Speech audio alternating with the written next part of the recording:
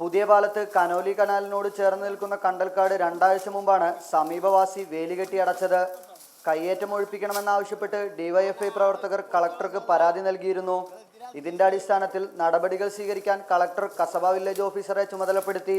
കയ്യേറ്റം ഒഴിയണമെന്ന് കാട്ടി village officer notice നൽകിയിട്ടും ഒഴിയാത്തതിനാലാണ് ഡിവൈഎഫ്ഐയുടെ നേതൃത്വത്തിൽ വേലി പൊളിച്ചു മാറ്റിയത്.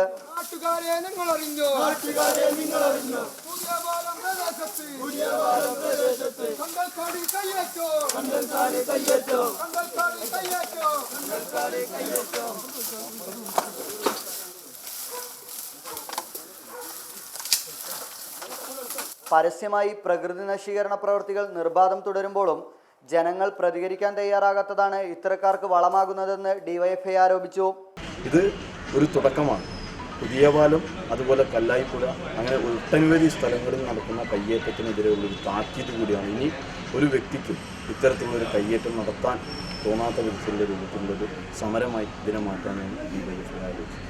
കണ്ടൽക്കാടുകൾ സംരക്ഷിക്കേണ്ടതിന്റെ പ്രാധാന്യം ജനങ്ങളിലേക്ക് എത്തിക്കാൻ തങ്ങൾ പ്രചാരണ പരിപാടികൾ ആരംഭിക്കുമെന്നും നേതാക്കൾ പറഞ്ഞു. റിപ്പോർട്ടർ, കോഴിക്കോട്.